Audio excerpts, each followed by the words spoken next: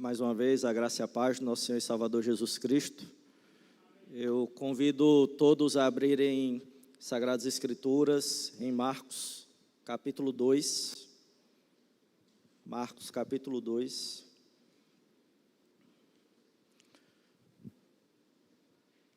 Deixe suas Bíblias abertas em Marcos, capítulo 2.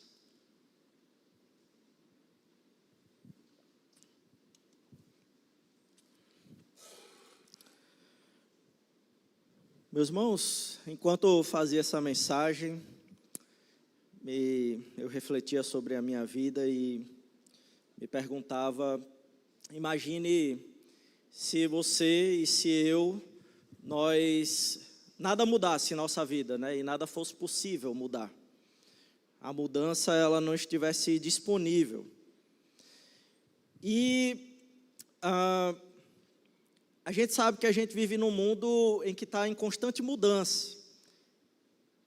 E às vezes, nós, no nosso coração, nós estamos toda hora numa busca por essa mudança. Mas a gente sabe ao mesmo tempo que muita coisa não dura. E aí por isso essa pergunta, essa reflexão. Por exemplo, quando a gente compra um celular hoje em dia, a gente compra e no próximo mês ou daqui a algum tempo, ele já está ultrapassado. Às vezes, aquele curso que você comprou, ele tem que ser atualizado, aquele curso de autoajuda, aquele curso sobre concurso público, né? Talvez você esteja estudando. E, às vezes, essas mudanças, essas transformações que nós esperamos no mundo, elas não vêm. E a gente percebe que a mudança, ela não depende só da gente, mas depende de algo maior. Uma mudança, se a gente esperar uma mudança nesse mundo, né, nós vamos perceber que essas mudanças, elas são passageiras e não trazem uma paz verdadeira, uma paz que dura para sempre. Por exemplo, pense em alguém que passou a vida inteira brigando com a família, com os amigos, talvez até por pequenas coisas, mas de repente, essa pessoa, ela passa a ver a vida de outra forma. Ela percebe que não vale a pena viver sempre em conflito e que a paz com as pessoas ao seu redor é mais importante. E ela não mudou porque alguém mandou. Ela não mudou porque algo está aqui nesse mundo e que exige a mudança dela, mas porque algo dentro dela mudou. Então, essa mudança que muitas vezes a gente não tem, ou que a gente espera do mundo, ao longo dos anos, se a gente não tiver uma mudança interior, parece que algo está faltando. Parece que existe um vazio que mesmo as maiores mudanças possíveis, elas não preenchem um aumento de salário, um emprego melhor, viagens que a gente faz e outras coisas que esse mundo oferece e que são boas, mas não supre as necessidades do nosso coração. E nós vemos, através das Sagradas Escrituras, que o que de fato provoca uma mudança verdadeira e uma mudança permanente na nossa vida é o Evangelho. E o Evangelho, ele não é sobre seguir regras ou fazer os outros felizes, não é sobre ser perfeito, não é sobre somente vir aos cultos e frequentar uma igreja, mas é uma mudança que acontece de dentro para fora, quando nós entendemos o ministério do nosso Rei Jesus Cristo, quem Ele é e o que Ele veio fazer aqui na terra. Essa mudança, sim, ela é eterna, ela é permanente quando entendemos quem é o Cristo e o ministério do nosso Rei. E é isso que nós vamos ver hoje nas Sagradas Escrituras do Evangelho de Marcos, capítulo 2, Convido a igreja para ler comigo os versículos 13 até o capítulo 3, versículo 6. Diz o seguinte, a palavra de Deus. De novo saiu Jesus para junto do mar, e toda a multidão vinha ao encontro dele, e ele os ensinava. Quando ia passando, viu Levi, filho de Alfeu, sentado na coletoria, e lhe disse: siga-me. Ele se levantou e o seguiu. Achando-se Jesus à mesa, na casa de Levi, estavam junto com ele e com seus discípulos muitos publicanos e pecadores, porque estes eram muitos e também o seguiam. Os escribas dos fariseus, vendo Jesus comer em companhia dos pecadores e publicanos, perguntavam aos discípulos dele: por que ele come e bebe com publicanos e pecadores? Tendo ouvido isto, Jesus lhes respondeu: os sãos não precisam de médico, e sim os doentes. Eu não vim chamar justos, e sim pecadores. Ora, os discípulos de João e os fariseus estavam jejuando. Algumas pessoas foram perguntar a Jesus: por que os discípulos de João e os discípulos dos fariseus jejuam, mas os seus discípulos não jejuam? Jesus respondeu: como podem os convidados para o casamento jejuar enquanto o noivo está com eles? Durante o tempo em que o noivo estiver presente, não podem jejuar. No entanto, virão dias em que o noivo lhes será tirado, e então naquele dia eles vão jejuar. Ninguém costura um remendo de pano novo em roupa velha, porque o remendo novo tira um pedaço de roupa velha e o buraco fica ainda maior. E ninguém põe vinho novo em odres velhos, porque se fizer isso, o vinho romperá os odres, e se perdem tanto o vinho como os odres. Mas põe-se vinho novo em odres novos. Aconteceu que, num sábado, Jesus atravessava as searas, e os seus discípulos, ao passar, começaram a colher espigas. Então os fariseus disseram a Jesus: olhe, porque eles estão fazendo o que não é lícito aos sábados. Ele lhes respondeu: vocês nunca leram o que Davi fez, quando se viu em necessidade e teve fome, ele e os seus companheiros? Como entrou na casa de Deus no tempo do sumo sacerdote Abiatar, e comeu os pães da proposição, os quais só os sacerdotes era lícito comer, e ainda deu esses pães aos seus companheiros? E Jesus acrescentou: o sábado foi estabelecido por causa do homem, e não o homem por causa do sábado. Assim, o Filho do Homem é Senhor também do sábado. De novo, Jesus entrou na sinagoga, e estava ali um homem que tinha uma das mãos ressequida.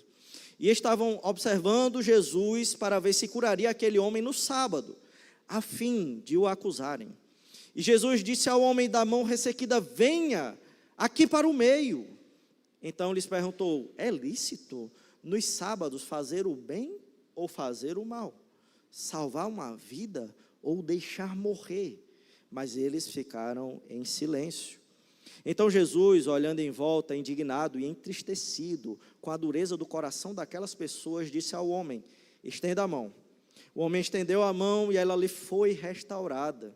Os fariseus saíram dali e com os herodianos logo começaram a conspirar contra Jesus, procurando ver como o matariam. Meus irmãos, vamos ter um momento de oração, agradecendo a leitura da Bíblia Sagrada. Senhor, nós estamos aqui diante da sua presença para agradecer a porção das tuas sagradas escrituras. Agradecemos imensamente o Senhor ter preservado o seu texto sagrado para nós. Pedimos a ti que aplique esse texto aos nossos corações, que o Senhor nos quebrante e nos torne mais parecidos contigo, mais parecidos com o Rei Jesus.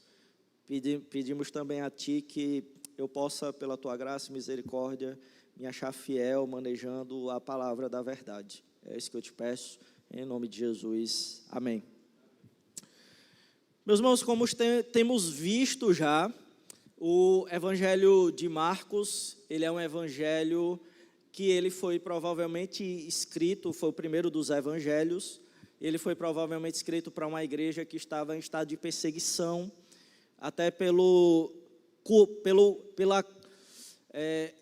como ele é escrito de uma forma curta, sem se ater muito a detalhes de determinados eventos que os outros evangelistas eles se atêm, como Mateus, João e Lucas.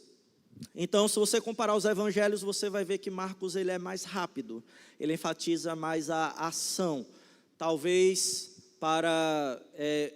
pensando nesses irmãos que estavam em estado de perseguição, para que eles tivessem informação rápida e, ao mesmo tempo, eles estão precisando de agir em suas vidas, que é essa ênfase de Marcos, né? Ele vai enfatizar que, assim como Jesus foi o servo sofredor, nós devemos ser também servos e seguir o exemplo de serviço do nosso rei. Então, Marcos ele vai falar que Jesus ele é a boa notícia. Então, para um público que estava em estado de perseguição, é maravilhoso ouvir uma boa notícia. E Jesus, então, é apresentado como o rei, ele é apresentado como Filho de Deus encarnado, conforme a profecia em Isaías, ou conforme o profeta Isaías.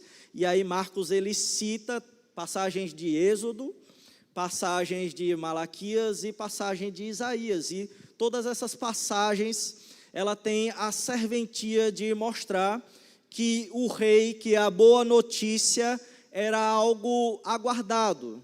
Existiam pessoas que estavam aguardando uma promessa de cumprimento.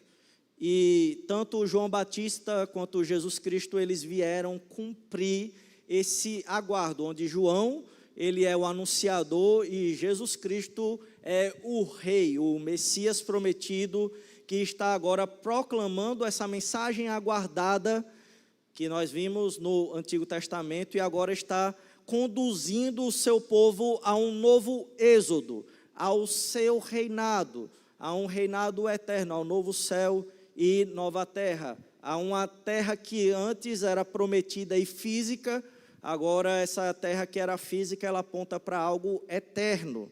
E é isso que Jesus ele veio nos mostrar a nós durante esse novo êxodo. E agora a gente chega numa parte de Marcos, porque Marcos já mostrou que o que Jesus ele veio fazer não foi milagres, não foi expulsão de demônios, mas o próprio Jesus Cristo, ele deixa claro que ele veio para o ensino. E quando ele ensinava nas circunvizinhanças, não que milagres e expulsão de demônios não sejam implicações ou consequências do anúncio do reino de Deus, mas que a principal ênfase é essa. E Jesus Cristo, ele fala, olha, eu já preguei aí, entendeu? Ele não curou todo mundo naquela região, mas ele fala para os seus discípulos que o procuravam, eu já preguei aí, não precisa mais eu ir para aí, eu vou para outro lugar. E esse era o modus operandi do nosso rei. E agora Marcos ele vai enfatizar então que o ministério de Jesus, ele tem um objetivo e que deveria refletir em nossas vidas também. E esse objetivo é que o ministério do rei Jesus, ele traz mudanças profundas na vida das pessoas e deve trazer mudanças profundas também em nossa vida. Então nós vamos ver algumas mudanças que o ministério do rei Jesus, ele deve provocar, ele provocou naquela época na vida das pessoas e deve provocar em nossas vidas.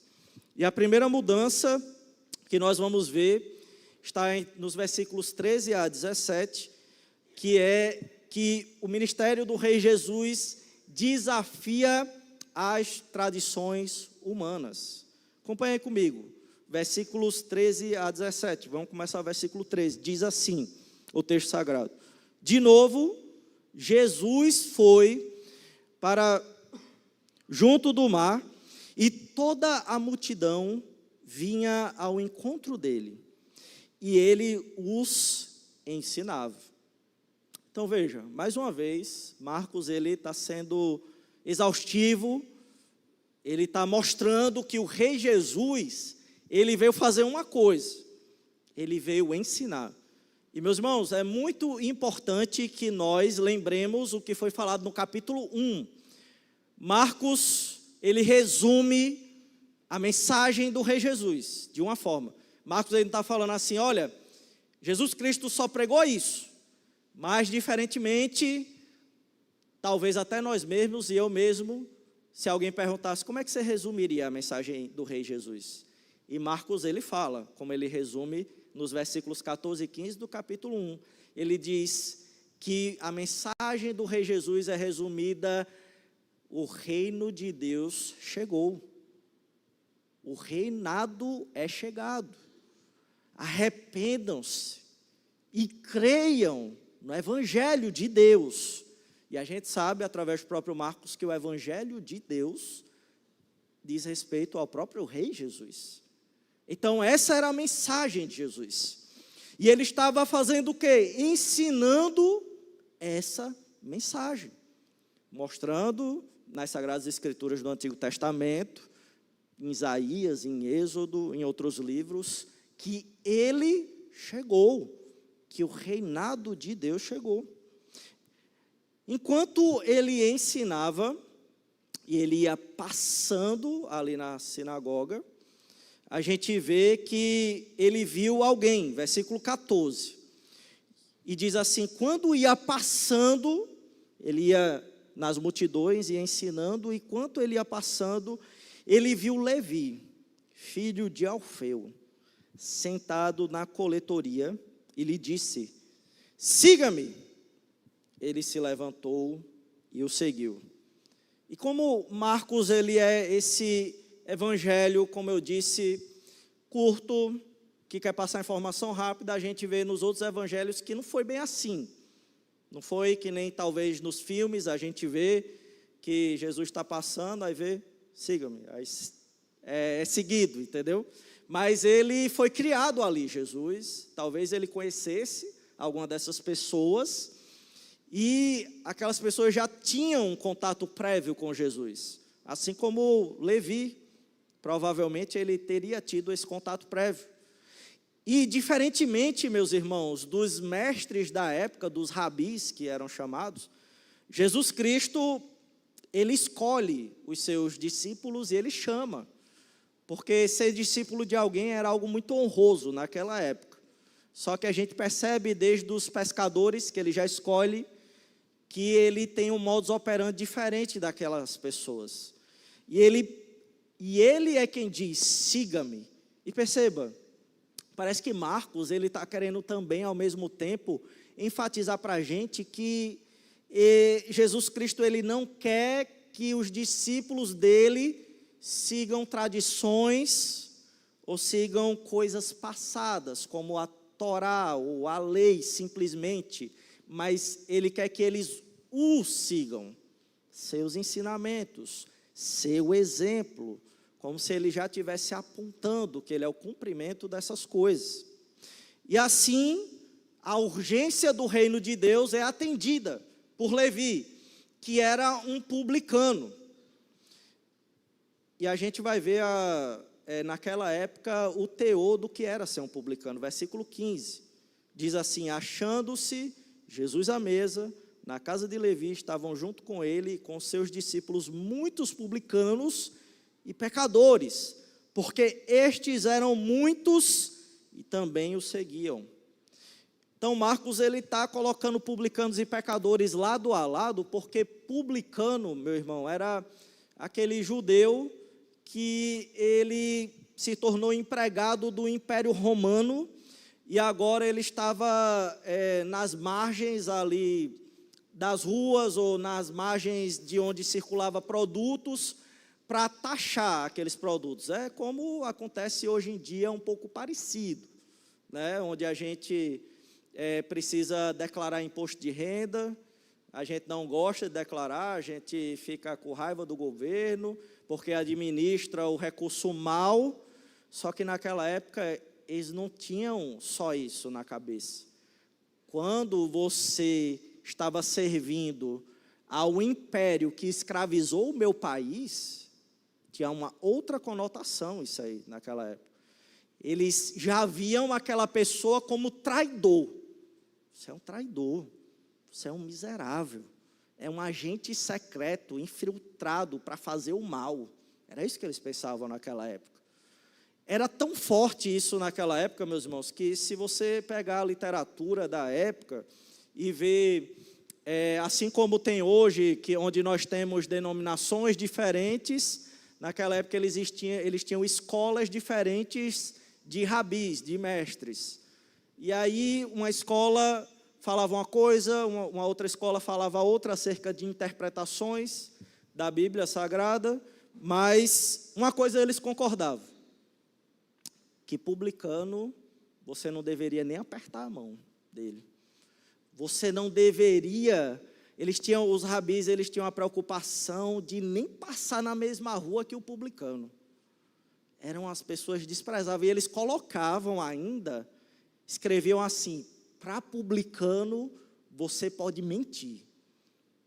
Então, veja só o nível que era de rejeição, de desprezo. Era um traidor, era alguém que ele conseguia esse emprego, meu irmão, dessa forma. Ele via, olha, ele falava assim para o império: ó, nessa região, até aqui dá para explorar. Naquela outra é até aqui. E aí o império: tá bom, então você tem a meta X, o que você conseguir explorar mais, você pode ficar. Então era assim que acontecia. Então isso provocava muita dúvida nas pessoas, porque Jesus está mandando essa pessoa seguir ele. Essa pessoa que, diferentemente do leproso, que não escolheu ser impuro, foi uma doença, uma soberania de Deus na vida dele. Ele não chegou e falou assim: eu quero ser leproso hoje. Ninguém faz essa escolha. Mas ser publicano, você escolhia. Eu vou ser impuro. E se assemelha um pouco com aquelas pessoas que tomam decisões ruins na vida, e infelizmente nós julgamos também essas pessoas. Nós dizemos: você merece mesmo, merece isso. Era isso, meus irmãos, estava acontecendo. Eram traidores, pessoas terríveis. E Jesus estava pedindo para essa pessoa seguir ele. E aí os escribas, versículo 16, vendo isso, o que é que eles dizem? Vendo Jesus comer em companhia dos pecadores e publicanos, perguntavam aos discípulos dele: por que ele come e bebe com os publicanos e pecadores? Por que ele faz isso? Porque ele está diante de uma pessoa que a gente vê na nossa tradição, a gente vê nas escolas os mestres ensinando, que a gente tem que desprezar porque é traidor, porque não merece nada, porque fez escolha ruim, ele que decidiu trair a nossa nação. Porque Jesus Cristo, ele está comendo. E, meus irmãos, diferente um pouco de hoje também, quando você chama alguém para a sua casa, você chama alguém que você quer que esteja ali, que você quer se relacionar, mas só que naquela época tinha significado religioso. Você ir ou chamar alguém para a sua casa, você estava dizendo assim: eu concordo com essa pessoa, eu concordo com as práticas dessa pessoa. Então, essas pessoas, elas entendiam dessa forma. Por quê? Ele está comendo com os impuros, com os traidores. Porque na tradição era isso, era visto dessa forma. E aí, Marcos, ele nos responde, versículo 17. Tendo ouvido isto, Jesus lhes respondeu: os sãos não precisam de médico, e sim os doentes. Eu não vim chamar justos, e sim pecadores. Meus irmãos, Jesus Cristo, ele revela algo que acontece. Se eu e vocês, porque a gente olha para esses fariseus, essas pessoas difíceis, e a gente não consegue se enxergar muitas vezes neles. Mas isso é o que pode acontecer a qualquer um de nós, se nós não nos fixarmos e inculcarmos em nossos corações a Bíblia Sagrada. Se a gente focar mais em tradições, em coisas feitas pelos homens, em livros feitos pelos homens, em ensinamentos hereditários, em ensinamentos passados. Porque aquelas pessoas, elas frequentavam, assim como nós, as sinagogas, frequentavam locais onde eles recebiam a instrução da palavra de Deus. Inclusive, os mestres dessas pessoas eram os fariseus e os escribas. E essas pessoas, elas chegaram num ponto onde a tradição foi passada de geração em geração, a um ponto que eles entendiam que aquela palavra escrita por homens era a palavra de Deus já. Então, você comer com pecadores, você está sendo um pecador. As escolas dizem para a gente nem estar na mesma rua de um publicano. Por que Jesus está fazendo isso? E aí Jesus, ele lembra o que fala as Sagradas Escrituras. Ele retorna essas pessoas e conduz os corações delas às Sagradas Escrituras. Porque se você está aguardando o reino, e se você diz que crê no rei, Jesus, ele está lembrando para você hoje, que você é doente, e que eu sou doente. Jesus não veio chamar gente boa, não. Se você se acha bom, esse é um sinal perigoso. Meu irmão, minha irmã, que você está se alimentando de tradições de homens. Você não está refletindo as Sagradas Escrituras. E quando você se foca nas pessoas, neste reino, em produções intelectuais daqui, e não de Deus, você vai sendo convencido que você é bom, que você é justo, e que você está num patamar talvez até diferente de algumas pessoas aqui da igreja. Isso é o perigo de absorver tradições de homens. O seu coração, ele é engrandecido a um ponto tal que você, assim como os fariseus, acham absurdo isso que Jesus falou. Eu sou justo. Eu vou lá na casa de fulano, fulano não merece. Essa pessoa, ela merece isso. Ela merece a morte. Mas Jesus Cristo, ele fez isso com você.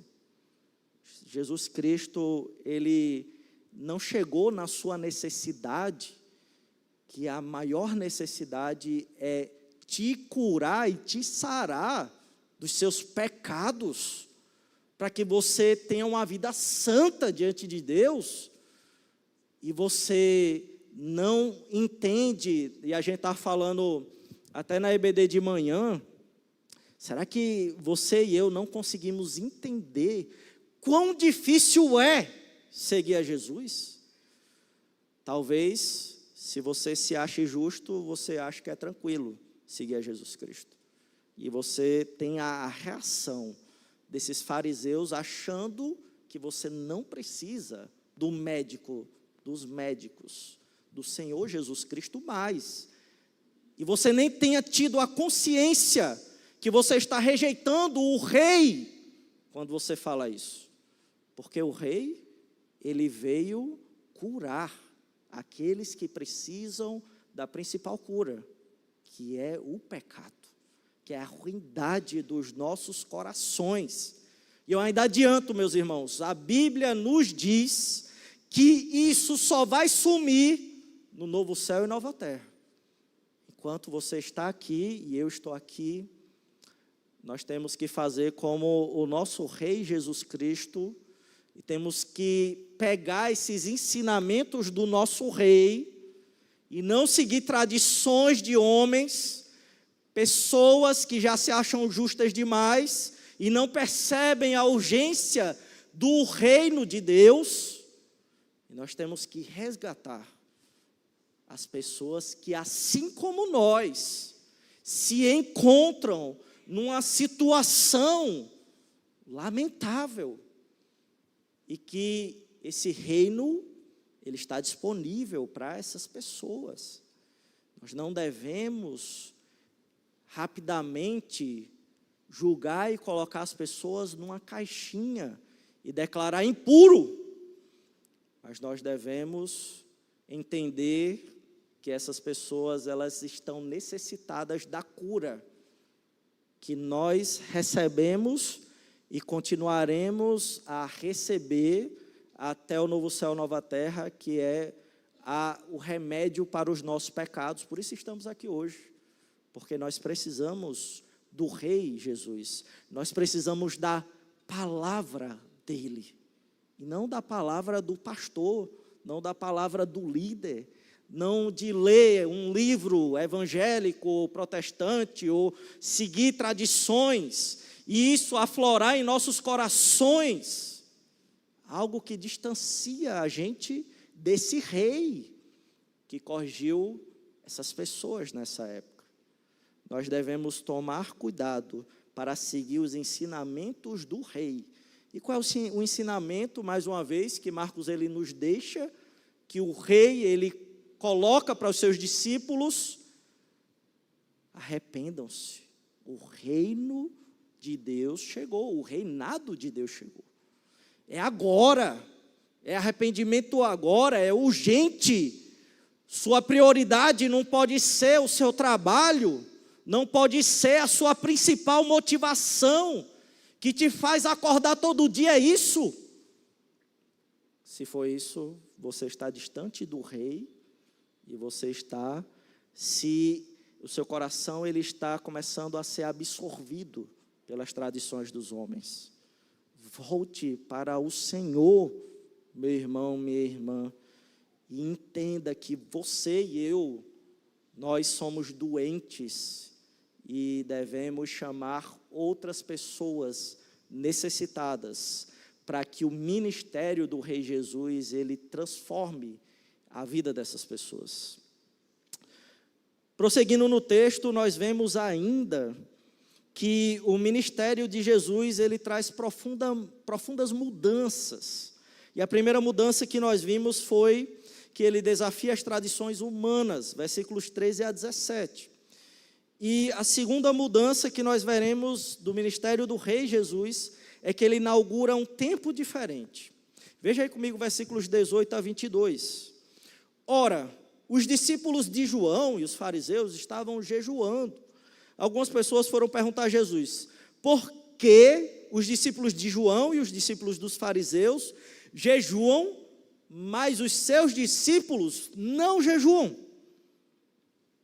Então perceba, os discípulos de João, que foi o anunciador, aquele que anunciou a chegada do rei, eles estavam tendo dificuldades de largar as suas tradições também. Assim como os dos fariseus, eles estavam se perguntando por que jejuam. Se você vê na Bíblia Sagrada, o jejum era um tempo em que a pessoa ela se abdicava do seu alimento ou em momentos tristes, e eles levantavam um clamor e uma petição diante de Deus, mostrando ali, na ausência de se alimentar, a sua tristeza e a sua busca diante de Deus, diante de algum juízo, para Deus reverter alguma sentença, ou para Deus atender urgentemente ao clamor do povo. Então, nós vemos que essa era uma prática estabelecida naquela época. E aí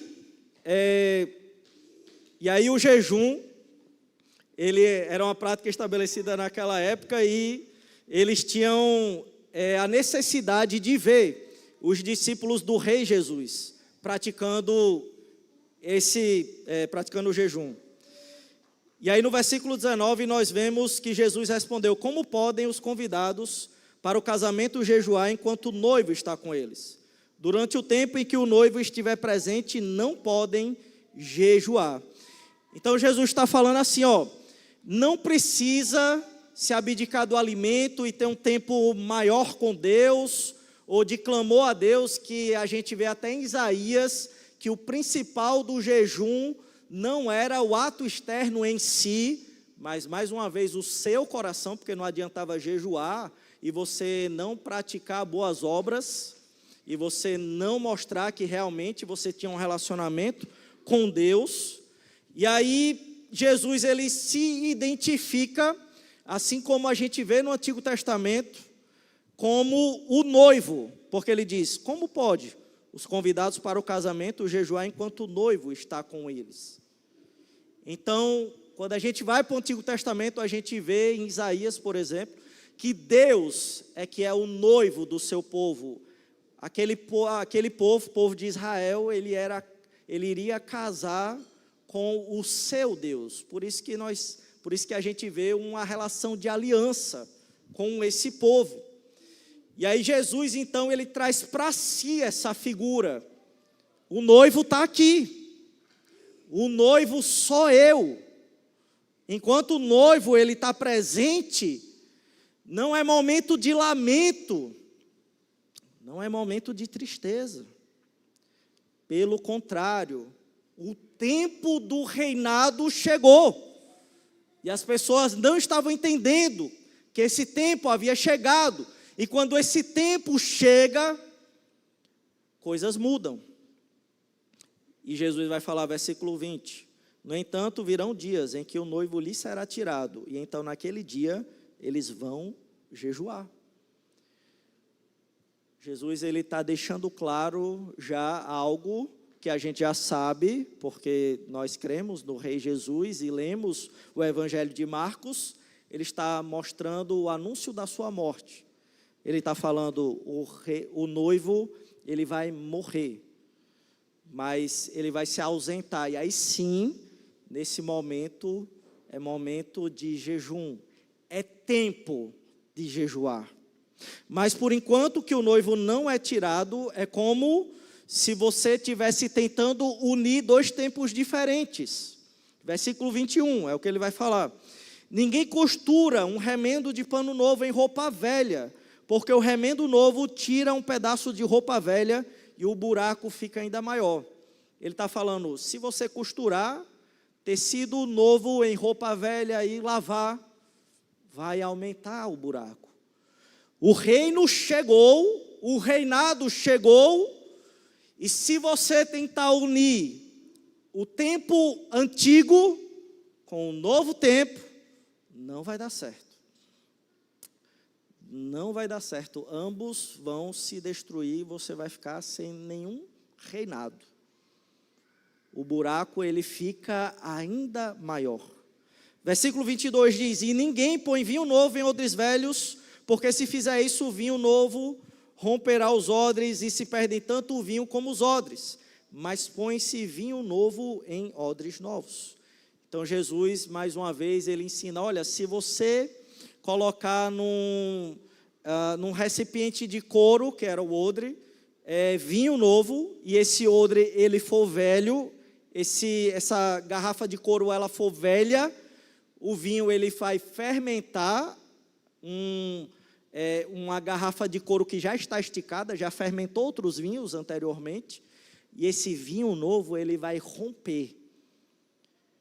E Jesus ele está falando mais uma vez, o reino chegou, o tempo do reinado de Deus chegou. E se você e eu, nós não compreendermos, nós vamos destruir esse tempo, através das nossas ações, das nossas atitudes, porque não houve o convencimento em nossos corações. Jesus, ele fala que a gente não pode deixar de entender o tempo que vivemos hoje. A gente não pode, meus irmãos, ler as Sagradas Escrituras e pensar, eu queria viver nessa época de Isaías, essa época aí e lembrar dessa... Jesus que a gente vai estar falando é o quê? Os profetas, eles ansiavam esse momento, o cumprimento de uma nova era, e você está vivendo o momento da chegada do rei, do reinado, e você está insatisfeito. e você quer voltar no tempo, e você quer viver um outro momento. Não, meus irmãos, o reinado de Deus, ele chegou agora. Jesus Cristo, ele veio, e a gente vive um tempo melhor do que o anterior. Entre os profetas, eles ansiavam para viver esse momento. Nós temos que entender, mais uma vez, a urgência do reinado. Qual é o tempo que você está vivendo?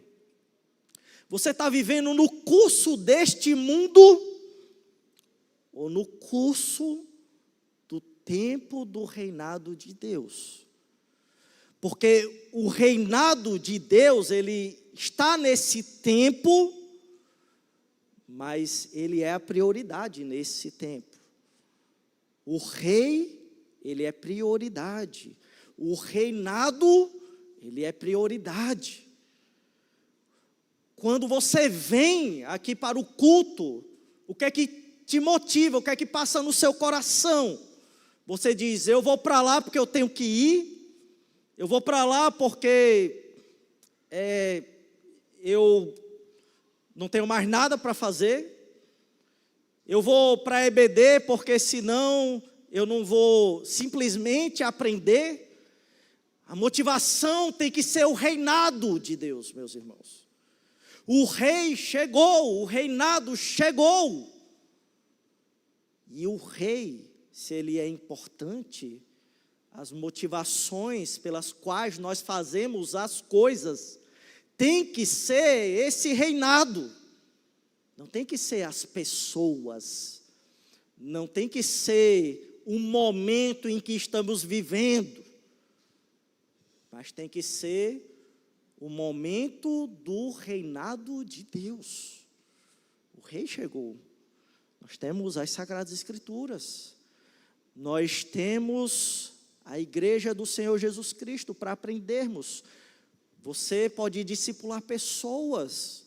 Você pode investir em jovens, em adolescentes. Você não precisa que o pastor ele peça algo para você fazer.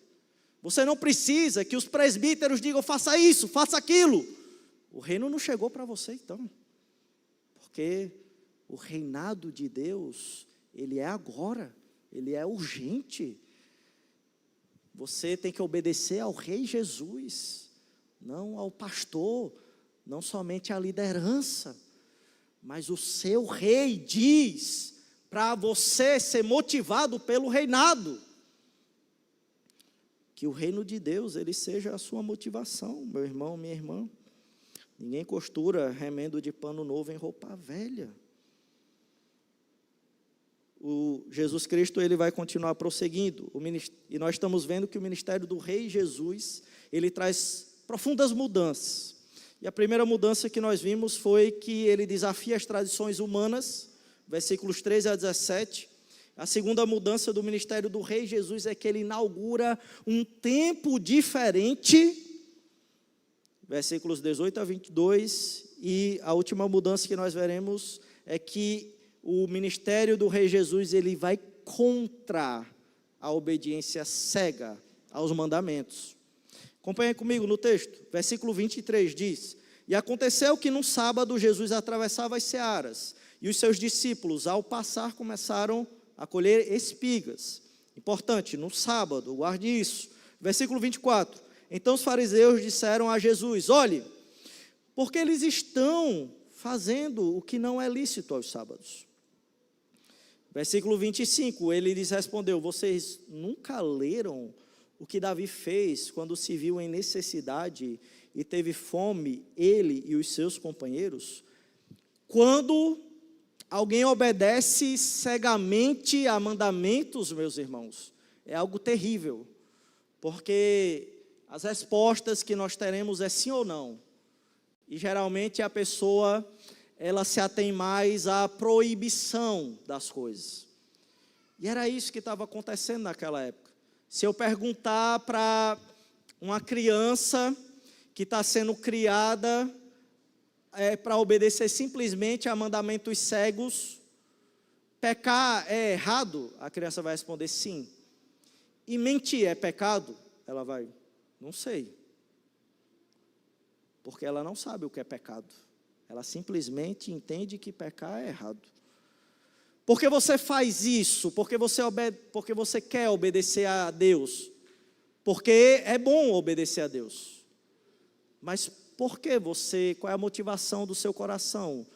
Qual o ensino por trás disso? As pessoas que são criadas a obedecer cegamente, elas não entendem por que fazem as coisas que fazem. E era isso que os fariseus, eles não entendiam. Eles se perderam em obedecer cegamente aos mandamentos, e eles sabiam assim, o sábado tem que ser guardado. E ponto final. Mas o que não pode ser feito no sábado? E Jesus, ele está agora trazendo os fariseus para o real entendimento do porquê nós devemos, inclusive, guardar o dia do Senhor. Vocês nunca leram, está vendo? Quem estava ensinando, quem tinha a Bíblia na mão. Jesus, ele diz, você nunca leu não? Davi fez quando se viu em necessidade e teve fome, ele e os seus companheiros. Versículo 26, como entrou na casa de Deus, no tempo do sumo sacerdote Abiatar, e comeu os pães da proposição, os quais só os sacerdotes era lícito comer, e ainda deu esses pães aos seus companheiros.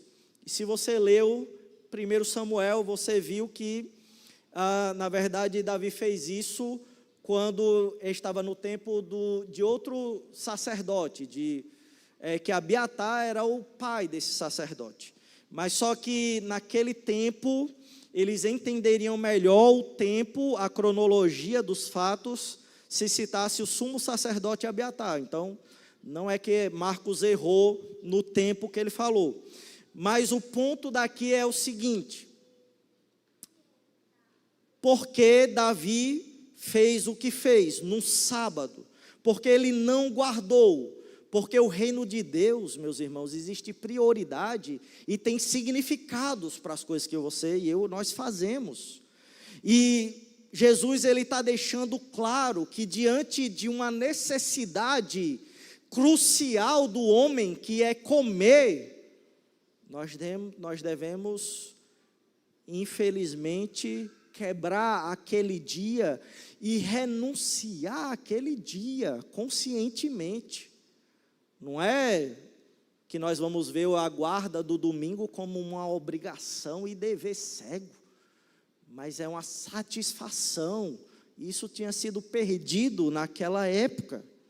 E Jesus Cristo, ele está falando que o significado da guarda do sábado, ele vai dizer, versículo 27, Jesus acrescentou, o sábado foi estabelecido por causa do homem, e não o homem por causa do sábado. Então, Jesus Cristo, ele está redirecionando e lembrando textos de Êxodo e de Deuteronômio. Lembra-te de guardar o dia do Senhor, guardar o dia de sábado. Por quê? Porque eu sou o Deus que te tirou da escravidão. É isso que vai estar lá em Deuteronômio. Porque eu sou o Deus que descansou na criação e estou fazendo nova criação em vocês. É o que está lá em Êxodo.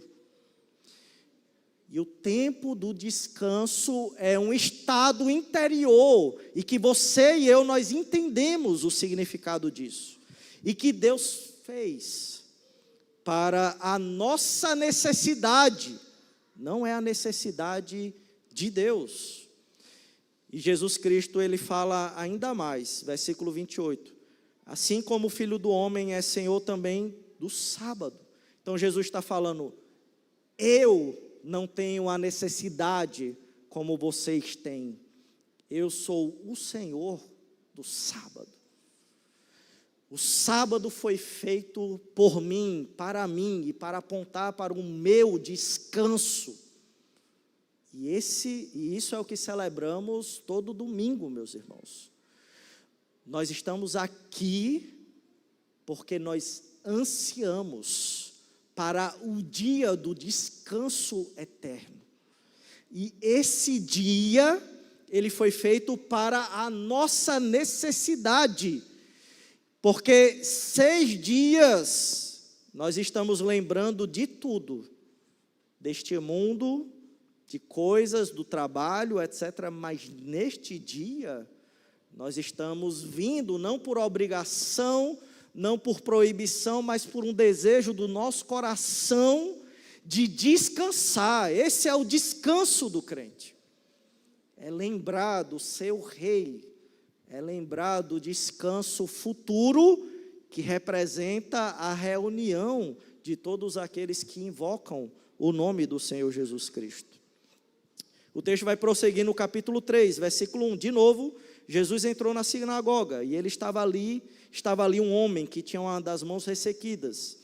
Estava observando Jesus para ver se curaria aquele homem no sábado, a fim de o acusarem. E, meus irmãos, você percebe como o coração de quem é legalista, de quem não entende nem se importa com os princípios do reino e do reinado, ele vem para o culto para fiscalizar, para criticar as pessoas e para olhar o que está de errado, o que não presta. Porque a gente vê nesses fariseus aqui, eles estão preocupados, eles estavam querendo que Jesus curasse. Ele, não, vamos esperar a cura. Olha só, o absurdo. Vamos esperar um milagre acontecer para acusar ele. Nós viemos para esse dia para celebrar o Rei Jesus. Foque a sua mente no Rei e no reinado, e não nas coisas que acontecem adjacente a esse momento de celebração. Mas os fariseus, eles estavam fazendo isso, eles estavam desviando o foco do que era aquele dia sagrado. Versículo 3, Jesus disse ao homem da mão ressequida, venha aqui para o meio. Então lhe perguntou, é lícito nos sábados fazer o bem ou fazer o mal? Salvar uma vida ou deixar morrer? Mas eles ficaram em silêncio.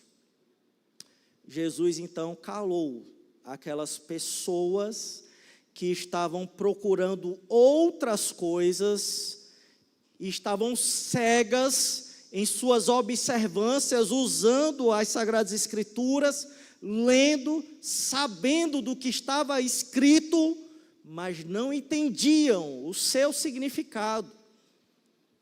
Vocês querem então que essa pessoa morra? É lícito matar, mas curar da vida não é possível? E aí, diante disso, eles não têm explicação ou argumentação.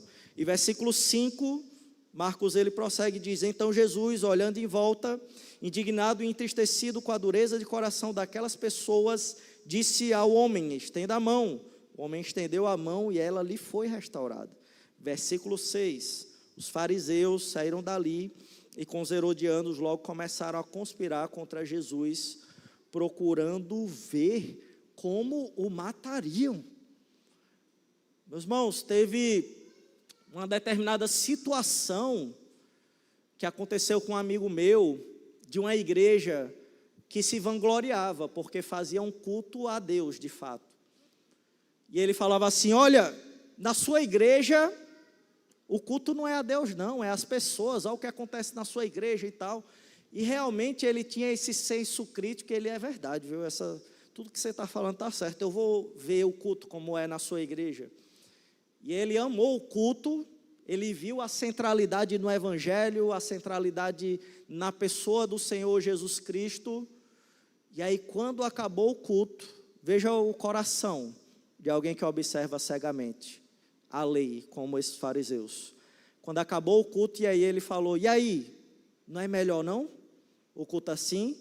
Aí beleza, até aí tudo bem, né?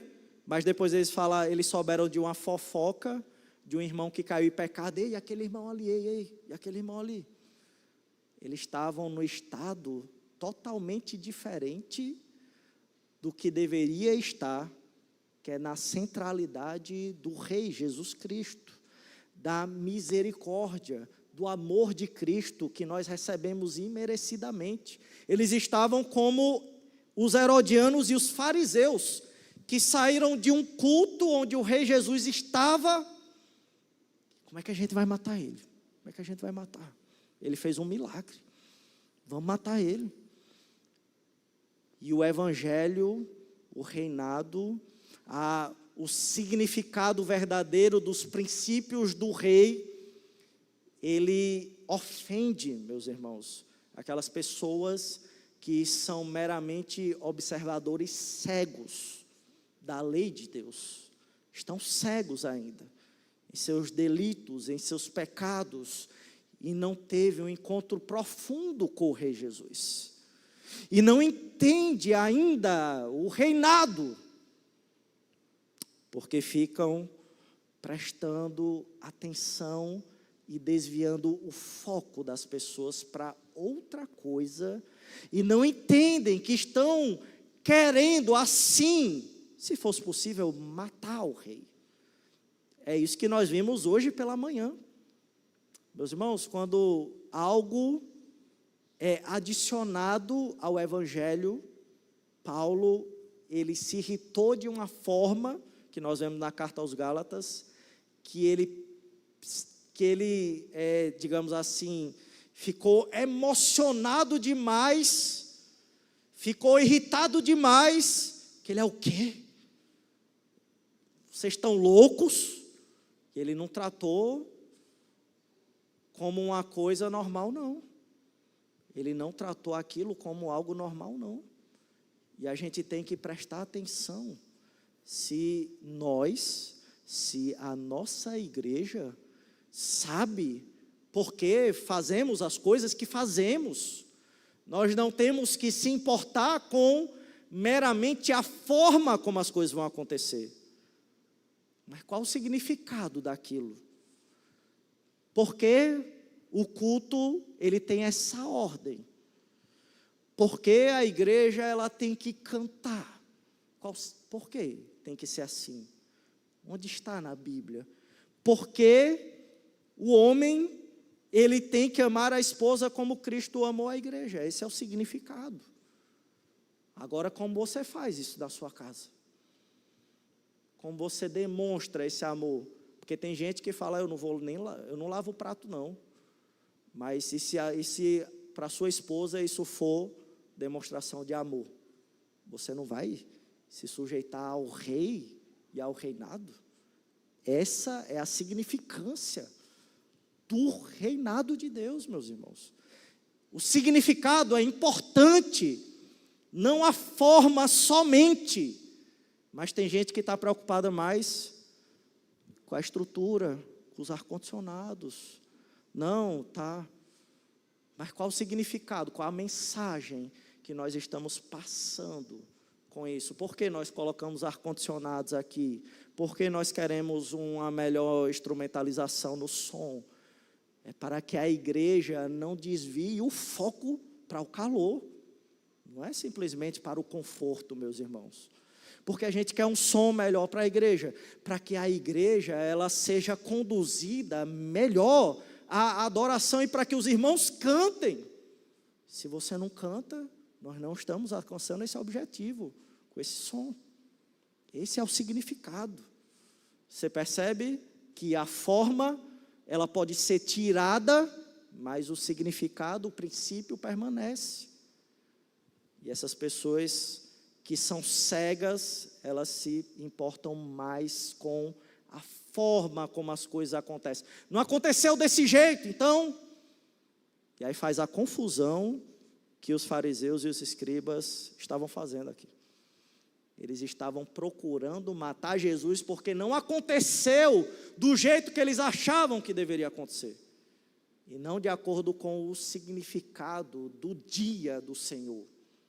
Eles não estavam pensando nisso, mas em suas próprias vontades. Meus irmãos, ao refletirmos sobre as profundas mudanças que o ministério de Jesus Cristo traz em nossas vidas, a gente percebe um chamado claro e contínuo. O Rei Jesus, ele nos convida constantemente a uma mudança profunda em nossas vidas. Uma mudança que não é passageira, eu já sou assim, eu já sou generoso, eu já sou amoroso. Não existe isso. Você já conseguiu alcançar o patamar de misericórdia e amor do Senhor Jesus. Não é passageira, nós devemos estar constantemente sendo transformados pelo ministério do nosso Rei, como as promessas do mundo, que são passageiras, o nosso reinado, o nosso Rei é diferente, ele é eterno, ele é radiante, e são promessas que estão alicerçadas no Evangelho que diz respeito ao nosso Rei Jesus. E nós devemos viver essas mudanças, meus irmãos. Vamos fechar nossos olhos e orar a Deus para que nossa igreja possa viver essa mudança. Senhor, nós estamos diante de Ti para pedir misericórdia e graça da Sua parte. Nós vemos diante da Sua palavra o quão nós devemos mudar ainda, e o quão o nosso coração ele precisa passar por processos. Diante desse texto, eu pelo menos me vejo como um necessitado da cura ainda. Deus, que muitos irmãos que estejam passando e tenham visto essa mesma necessidade de cura, de profundidade do seu pecado, que o Senhor, assim como eu peço na minha vida, possa continuar trazendo profunda mudança e ressignificação, Deus, que o Senhor não me entregue ao meu coração pecaminoso, ao ponto de me achar justo o suficiente, que o Senhor, pela Tua graça, pela misericórdia, me guarde dessa tradição de homens, do curso desse mundo, Deus. Senhor, eu te peço também que o Senhor possa colocar no meu coração e no coração dos meus irmãos a urgência para o reinado, que nós possamos agir de fato, como a Tua palavra diz, onde o Rei chegou, e se alegrar com esse momento, e essa notícia, ela ser a nossa principal riqueza e motivação para tudo que fazemos em nossa vida. Deus, cuida de nós para que não caiamos em observâncias cegas da Tua lei, da Tua palavra, que a cada ação nossa, o Senhor nos faça refletir e nos examinar em nossos corações, por que estamos fazendo o que estamos fazendo. Às vezes é difícil, eu pelo menos, fazer essa pergunta, que o Senhor sempre traga à minha memória e à memória dos meus irmãos, esse constante exame, para verificarmos se o nosso coração está alinhado com o significado correto das coisas, se está alinhado com o Teu reino, se não está simplesmente se importando com a aparência das coisas, mas com a profundidade da nossa relação contigo, meu Rei.